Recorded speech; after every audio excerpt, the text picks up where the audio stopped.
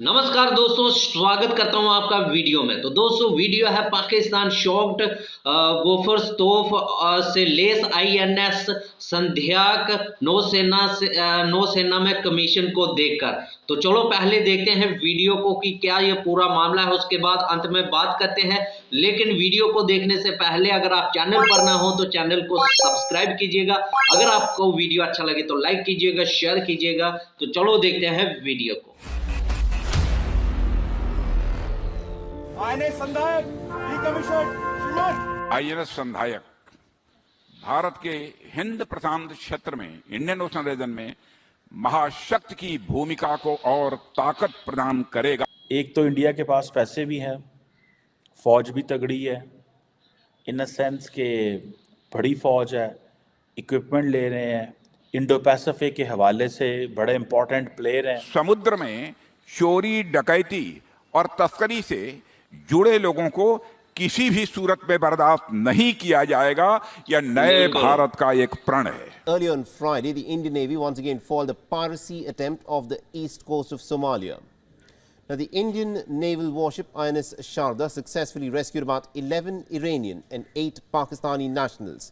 एक चीज ये कि डेड बॉडीज अब तक नहीं दी गई हैं। दूसरी चीज ये पाकिस्तानी आर्मी अब बलूचिस्तान के अंदर घुसने से डर रही है। इस तरीके के हमले अगर और होते रहे। लेकिन एक ही चीज वो कह रहे हैं कि भाई ये बड़ा की रोल है इंडो पैसिफिक स्टेबिलिटी के अंदर भारत का। अब मुझे ये बताएं कि वो पाकिस्तानी जो ये समझते हैं कि हमें जो हम ये प्रो चाइना लाइन ले रहे हैं, इस तरह के सर्कमस्टांसेस में क्या अमेरिका से हमें कुछ सपोर्ट मिल सकती है? नंबर 1 आर्मी कैसे जो है वो बाथरूम में छुपी हुई है। बीएलए का सुनकर बाथरूम में घुसकर कैंप किया। हमें शर्म आती है पाकिस्तान कहते हुए कि हम अब देखें हमारी नई नस्ल आने वाले वक्त में इस मुल्क को कभी अपना नहीं कहेगी। So India is in a very advantages position इस सेंस में अगर आप चले जाएं। हेलो फ्रेंड्स, जय हिंद। हिंदुस्तान स्पेशल में आपका स्वागत है। दोस्तों, नौसेना को स्वदेशी शार्क मिल गई है जो समुद्र के खतरों से चुटकियों में लड़ेगी। दरअसल नौसेना के बेड़े में शनिवार को आईएनएस संध्याक को शामिल कर दिया गया। ये एक ऐसा जंगी जहाज है जो समुद्र के खतरों में लड़ने से माहिर है। इस पर बोफोर्स तोप लगी है। ये चेतक हेलीकॉप्टर से लैस है। ये वारशिप पानी में दौड़ेगा तो दुश्मन की सांसें रुक जाएंगी। इस दौरान रक्षा मंत्री राजनाथ सिंह ने आईएनएस संध्याक के कमीशन समारोह में कहा कि भारत नौसेना के लिए आज का दिन एक ऐतिहासिक दिन है। आईएनएस संध्याक का हमारी नौसेना में शामिल होना निश्चित रूप से हमारी नौसेना की इस पूरे क्षेत्र में शांति व सुरक्षा को बनाए रखने में सहायता करेगा। उन्होंने भारतीय नौसेना को बधाई दी है। रक्षा मंत्री ने कहा कि मुझे ऐसा लगता है कि आईएनएस संध्याक भारत के हिंद प्रशांत क्षेत्र में महाशक्ति की भूमिका को और बल प्रदान करेगा। उन्होंने कहा कि हाल ही में आईएनएस इम्फाल के कमीशनिंग समारोह में मैंने कहा था कि जो लोग नापाक गतिविधियां कर रहे हैं उन्हें हम सागर तल से भी ढूंढ कर निकालेंगे और कठोर कार्रवाई करेंगे। मैं इसे आज फिर दोहराता हूं। आईएनएस संधायक भारत के हिंद प्रशांत क्षेत्र में इंडियन ओशन रीजन में महाशक्ति की भूमिका को और ताकत प्रदान करेगा, ऐसा मेरा पक्का विश्वास है। बीते दिनों आप जानते हैं कि किस प्रकार से समुद्री लुटेरों ने अरब सागर में हमारे कोस्ट से लगभग 2000 किलोमीटर दूर यमवी लीला नॉर्फॉक नामक एक जहाज को हाईजैक करने का प्रयास किया। लेकिन भारतीय नौसेना ने अपनी सूझबूझ व साहस का परिचय देते हुए उस जहाज को लुटेरों के चंगुल से सुरक्षित बाहर निकालने में कामयाबी हासिल की है। बिल्कुल। अभी हाल ही में आईएनएस इम्फाल की कमीशनिंग सेरेमनी थी। उसमें मैंने कहा था कि जो लोग नेफेरियस यानी नापाक गतिविधियां नेफेरियस एक्टिविटीज कर रहे हैं उन्हें हम सागर के तल से भी ढूंढ निकालेंगे और कठोर कार्रवाई करेंगे। उस बात को आज मैं फिर से दोहराता हूं। समुद्र में चोरी डकैती और तस्करी से जुड़े लोगों को किसी भी सूरत में बर्दाश्त नहीं किया जाएगा। यह नए भारत का एक प्रण है। एक तो इंडिया के पास पैसे भी हैं, फौज भी तगड़ी है। अबे तुम पुरखियों पैसों को रोकते रहते हो। बड़ी फौज है, इक्विपमेंट ले रहे हैं, इंडो पैसिफिक के हवाले से बड़े इंपॉर्टेंट प्लेयर हैं।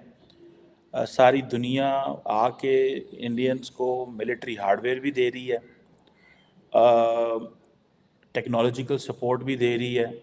आप सिर्फ इमेजिन करें, जो कल स्टेट डिपार्टमेंट ने एक प्रेस रिलीज जारी की, उसमें अगर आप सिर्फ ये देखें कि किस पैमाने पे जाके अमेरिकन मिलिट्री हार्डवेयर इंडियंस को दे रहे हैं, तो आप बड़े हैरान होंगे।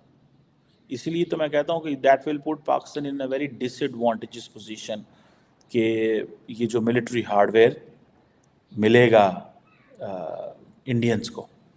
सऊदीज़ को भी इस चीज़ की समझ आ गई है, and Saudis are also working, and may B they have realise कि दिस आइडिया जो है स्ट्रेटेजिक ऑटोनॉमी का, दैट्स वेरी इंपॉर्टेंट, क्योंकि सऊदीज़ पर्टिकुलरली वेस्टर्न जो मिलिट्री इंडस्ट्रियल कॉम्प्लेक्स है उस पर डिपेंडेंट रहे हैं।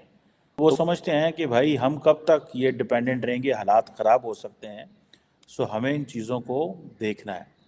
अब फॉर एग्ज़ाम्पल ये जो वो कहते ये हैं कि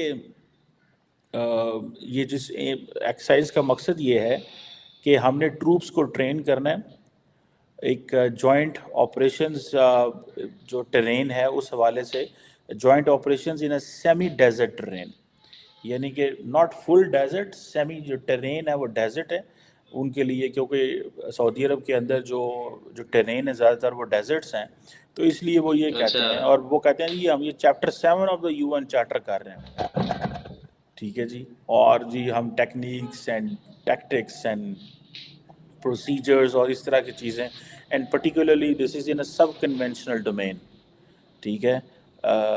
may be they wanted to say it the sub conventional domains means कि शायद मैं इसको अगर पूरी तरह एक्सप्लेन कर पाऊँ कि दैट्स अबाउट सब क्रिटिकल वॉरफेयर, ठीक है। ये उस सेंस में वो बात कर रहे हैं, लेकिन असल में वो क्या कह रहे हैं जी कि हम इंटरऑपरेबिलिटी डेवलप करना चाह रहे हैं और वो ताल्लुक़ बिल्ड करना चाह रहे हैं। अब लेट्स सी ये कैसे आइंदा आने वाले दिनों में ये चीज़ें होती हैं, लेकिन आपको पता है कि इंडिया सऊदी जो कोऑपरेशन है ये बड़ी तेज़ी से ग्रो कर रही है। इंडिया की प्रेजेंस मिडल ईस्ट में बहुत तेज़ी से ग्रो कर रही है।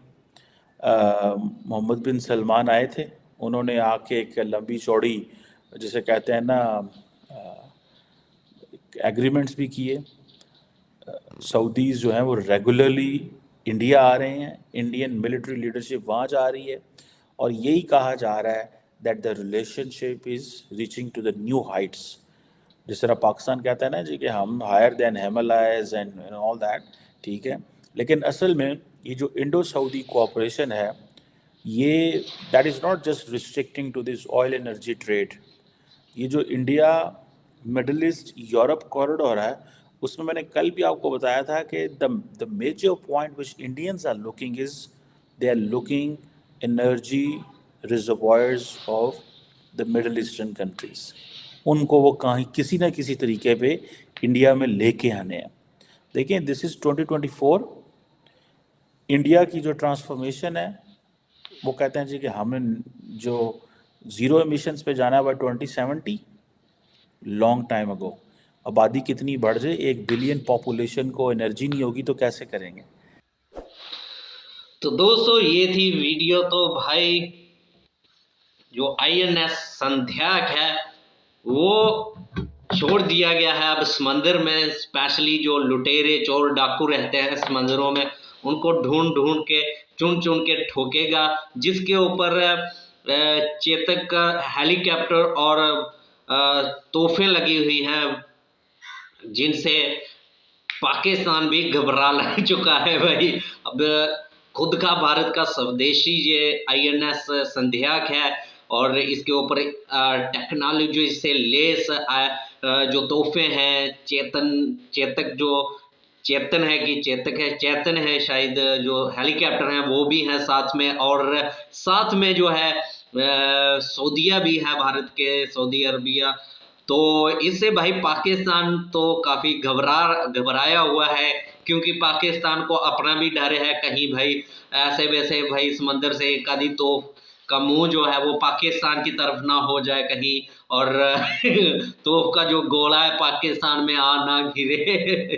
तो अभी आपने देखा है कि जिस तरह से समंदर में भारतीय नौसेना ने कुछ ईरानी सैनिकों को भी या लोगों को बचाया था। उसके बाद 19 पाकिस्तानियों को बचाया था, जिसके बाद भाई पाकिस्तानी जो है वो साफ ही मुकर गए थे कि नहीं हमारे कोई लोग नहीं हैं, ये नहीं है वो नहीं है, और भारत तो ये एक प्रोपेगेंडा चल रहा है, ये कर रहा है। ये भाई इतने नमक हराम है, इतने हरामी है ये पुरखी, तो इनको भी डर है। उधर इनको बलोचिस्तान में अंदर बलोच नहीं घुसने दे रहे हैं, और ये सोच रहे हैं कहीं भाई समंदर में ठोकना भारत ने ना शुरू कर दिया हमें तो क्या होगा फिर।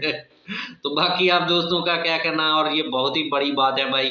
अपने जो भारत है, भारत अपने हर एक सेना को मजबूत से मजबूत कर रहा है। एयरफोर्स हो, थल सेना, नौ सेना, कुछ कोई सी भी सेना हो मजबूत कर रहा है। कोई ना कोई वहां पे हथियारों में बढ़ोतरी कर रहा है। बाकी आप दोस्तों का क्या कहना, कमेंट सेक्शन में अपनी राय जरूर बताइएगा। अगर आपको वीडियो अच्छा लगा हो तो लाइक कीजिएगा, शेयर कीजिएगा। मिलूंगा नेक्स्ट वीडियो में, तब तक के लिए जय हिंद, जय भारत।